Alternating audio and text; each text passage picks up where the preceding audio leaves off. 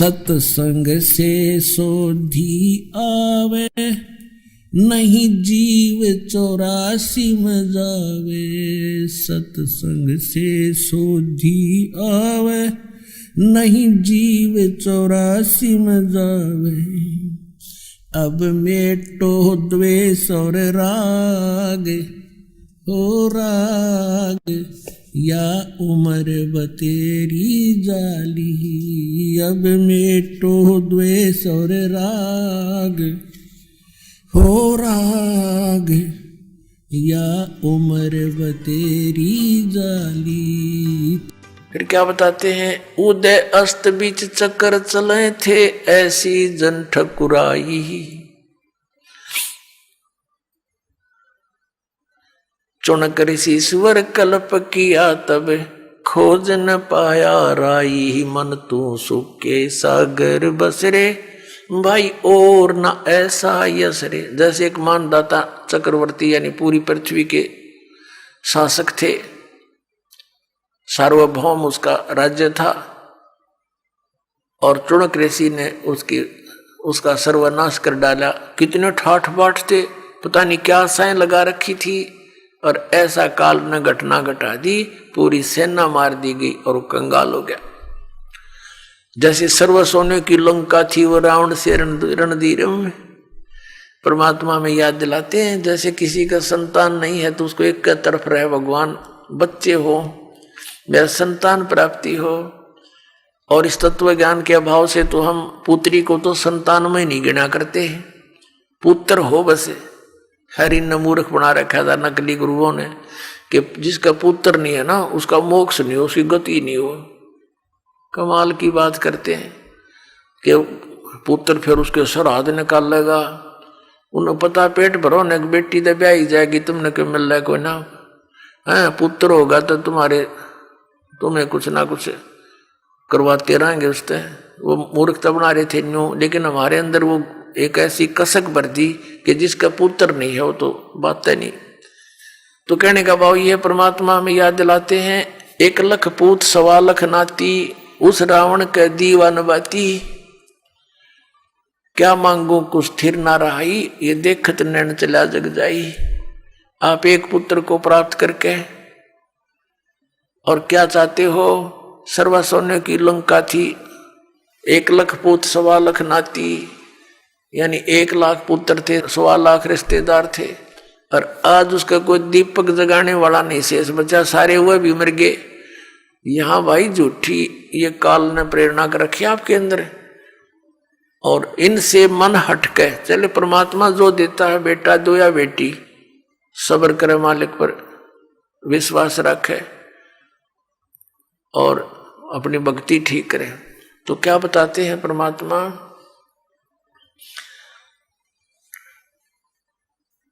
कि तुम यहां इस काल के लोक में कितने दुखी हो और कितनी बार तुम्हारा जन्म मृत्यु हो चुका है।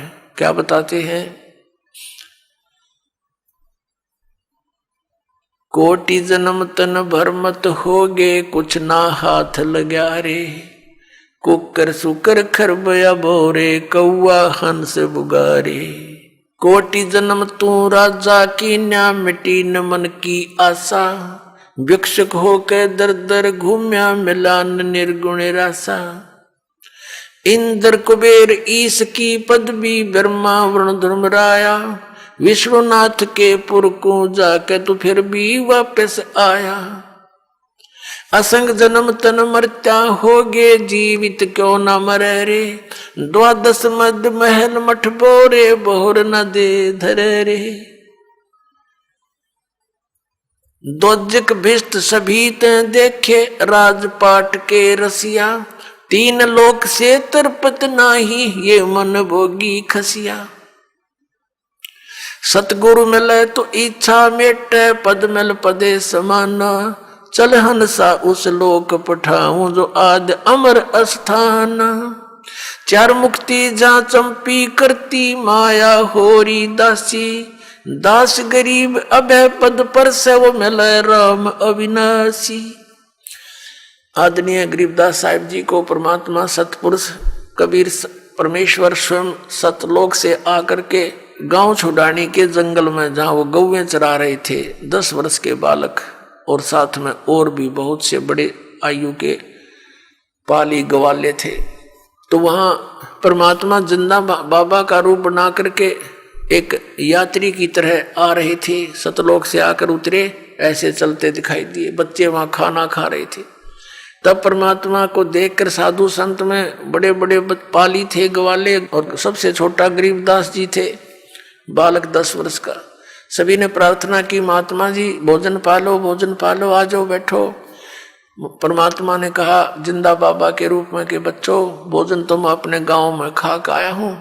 आपका गांव कौन सा है? पालियों ने पूछा कि सचखंड सतलोक है मेरा गांव। कितनी दूर है यहाँ से? कि 16 शंख कोस की दूरी पे। बच्चा ने सोचा 16 कोस होगा। कहने लगे बाबा जी इतनी दूर से चलकर आए हो, कुछ तो खा पी लो। हम ऐसे नहीं जाने देते अपने अतिथि को, आपने दूध तो पीना ही पड़ेगा।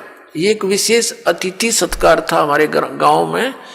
राह चलते व्यक्ति को बहुत सत्कार से आहार कराते थे, रोकते थे, भाई सफर लंबा है, कुछ देर रेस्ट कर ले, कुछ खा पी ले, फिर चला जाना। तो परमात्मा ने कहा भाई दूध अगर पिलाओगे ना, मैं तो कुंवारी गाय का पिया करूं दूध, कुंवारी गाय का दूध पीता हूं। तो वो दूसरे जो पाली थे बड़े, को 50 वर्ष का, को 30, को 40 वर्ष का, वो कहने लगे बाबा जी मजाक ना कराया करते, आप मजाक करते हो, कुंवारी गाय दूध देती है। अगर भाई देख लो दूध पिलाना है तो कुंवारी गाय का पीता हूं मैं।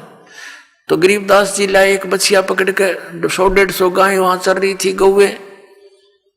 कुंवारी बछिया लाए जो दूध पीना छोड़ रखा था 1.5 वर्ष की आयु की, और कहा देखो महाराज इसके बच्चा तो है नहीं, दूध कैसे देगी, जैसे बालक बोला करते हैं। परमात्मा ने कहा कोई पात्र है दूध निकालने का? कहा जी ये छोटा सा 5-7 किलो का वो घड़ा था छोटा, 2 मांझ कर रखा हुआ था। कहने लगे इसको यहाँ रखो, इसके नीचे। कबीर परमेश्वर ने जिंदा बाबा के रूप में उस गऊ के कमर पर थपथपी मार दिया, आशीर्वाद भरा हाथ रख दिया। उसी समय लंबे लंबे स्तन हो गए और दूध की धार निकली 4 स्तनों से। जब वो पात्र भर गया, गरीबदास जी लेकर आगे, नो बोले ले महाराज जी पी लो, आपने निकाल ले। अब आधा परमेश्वर ने पिया, शेष छोड़ दिया। नो बोला, परमात्मा ने कहा ले भाई बच्चों दूध पी लो, ये अमृत है, ये सतलोक से आया है मेरे गांव से। अब वो पाली कहने लगे हम ना पीवा जादू जंत्र का, तो के बेरा किस जाति का तने झूठा कर दिया, अब तक बिल्कुल ना पीवा। वो तो उठ कर चले गए, वो नो भी डर गए, बेरा ने किसा जादूगर है, बच्चिया का दूध निकाल दिया। गरीबदास जी ने कहा लाओ जी मुझे दे दो आपका ये अमृत, कैसे कब मिला? यानी कहते हैं सकल पदार्थ है जग माही, कर्म ही नर पावे नाही। फिर गरीबदास जी को परमात्मा सचखंड लेकर गए थे, पूरे सतलोक से सारी व्यवस्था से परिचित करवाए, जैसे आदरणीय नानक साहिब जी को साथ लेकर गए थे। ऐसे इन महापुरुषों को जिसके आपको दास शुभ नाम गिनाता है, इनके साथ सबके साथ ऐसी ही लीला की थी। आदरणीय गरीबदास साहिब जी को मृत जान लिया था और चिता पर रख दिया था। 8-10 घंटे बीत गए थे इस प्रोसीजर में। फिर परमात्मा ने आत्मा वापस बॉडी में भेज दिया, एकदम खड़े हो गए, चिता से अपने आप उठकर चल पड़े। उसके बाद ये अमृतवाणी बोलनी शुरू करी थी। मन तो चल रे सुख के सागर, जहां शब्द सिंधु रत्नागर, कोट जन्म तन भर मत होगे, कुछ ना हाथ लगा रे, कुकर सुकर खरबया बोरे, कौआ हंस बुगारे। उस आंख को देखे सचखंड सतलोक को, ऐसे वर्णन किया कि कोटि जन्म तन भर मत होगे, कुछ ना हाथ लगा रे। इस काल के जाल को समझने के लिए एक छोटा सा उदाहरण दास आपके सुनाना चाहता है। आदरणीय नानक साहिब जी सतयुग के अंदर यही आत्मा पुण्यात्मा राजा अम्बरीश थे। राजा अम्बरीश एक बहुत बड़े साधक थे, पुण्यकर्मी प्राणी थे, दयालु थे। अब देखो पुण्यात्माओं, परमात्मा की एक वाणी है कबीर परमेश्वर की कि जो जन मेरी शरण है ताका हूं मैं दास, गेल गेल लाग्या फिरूं जब तक धरती आकाश।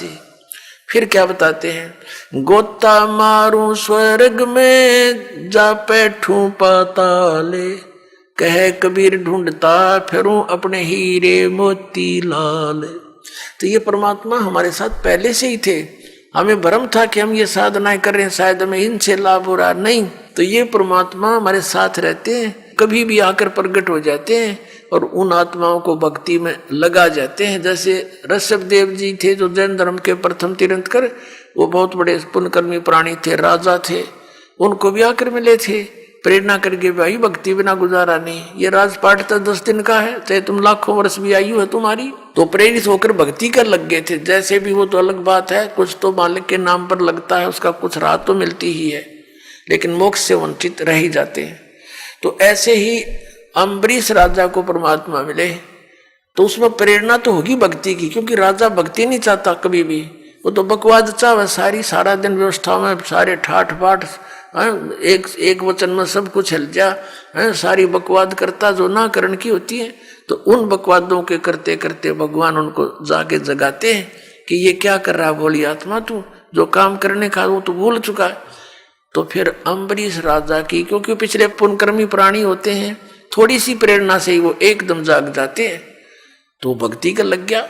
लेकिन परमात्मा वाले ज्ञान को ना स्वीकार किया, उन ऋषियों वाले ज्ञान से ही प्रारंभ कर दिया। चलो वो भी अच्छी बात, क्योंकि ब्रह्म तक की साधना से भी कुछ तो राहत मिलती ही है, पर मोक्ष फिर भी नहीं होता।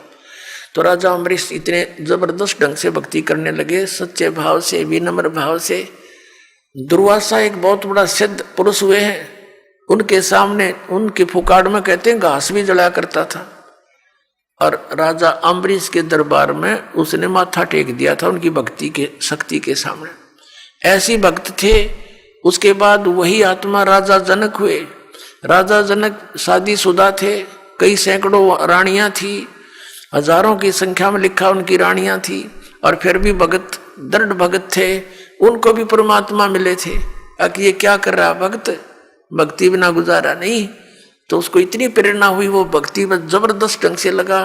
और ये सुखदेव नाम के ऋषि जो गर्भ से ही सिद्धि युक्त जन्म लेकर आया था, आकाश में उड़ जाता था, तो स्वर्ग में जाने के बाद भगवान विष्णु ने उससे कहा था सुखदेव से कि सुखदेव बगैर गुरु के मोक्ष नहीं हो सकता, ये तेरी बैटरी थोड़े से दिन में डिस्चार्ज हो जाएगी, डाउन हो जाएगी, तो फिर पशु बनेगा, जाइए गुरु बनाइए।